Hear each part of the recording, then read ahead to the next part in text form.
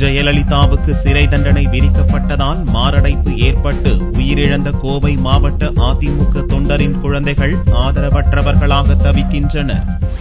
கோவை மாவட்டம் வடவள்ளி பொம்மியம்மன் கோவில் தெருவைச் சேர்ந்த பழனிசாமி அதிமுக தொண்டர். சொத்து குவிப்பு வழக்கில் செப்டம்பர் மாதம் ஜெயலலிதாவுக்கு சிறை தண்டனை விதிக்கப்பட்டதால் மனமுடைந்த பழனிசாமி இது குறித்து கட்சியினரிடம் தனது வேதனையை பகிர்ந்து கொண்டார். கடும் மன உளைச்சலால் கடந்த 14ஆம் தேதி மாரடைப்பால் பழனிசாமி உயிரிழந்தார். இவருடைய மனைவி ஏற்கனவே காலமான நிலையில் தற்போது பழனிசாமியின் 2 குழந்தைகளும் ஆதரவற்ற நிலையில் உள்ளனர். ஜெயலலிதாவுக்கு தண்டனை விதிக்கப்பட்டதால் அதிர்ச்சி அடைந்து உயிரிழந்தவர்களுக்கும் தற்கொலை செய்து கொண்டவர்களுக்கும் கட்சியிலிருந்து தலா 3 லட்சம் ரூபாய் நிவாரணம் வழங்கப்பட்டது.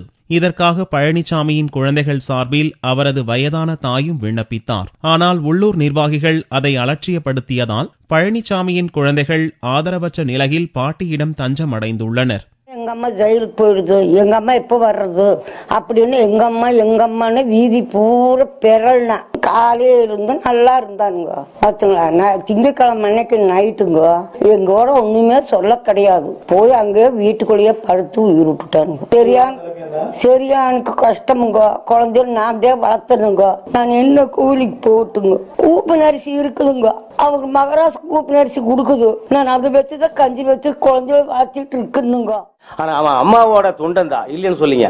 அந்த அம்மாவோட தொண்டனுக்கு நாம வாங்கி கொடுக்கலாம் அப்படிங்கிறது எங்களோட அபிப்பிராயம். இது யாரு முட்டுக்கட்டை போட்டுறாங்க, யாரு நம்ம கட்சிக்காரர் ஏதோ சூது பண்ணிட்டு ஏதோ பண்ணிட்டு இருக்காங்க போல தெரியுதுங்க. இது எங்களுக்கே தெரியாம இது வேற விதமா நடக்குது போல் தெரியுதுங்க.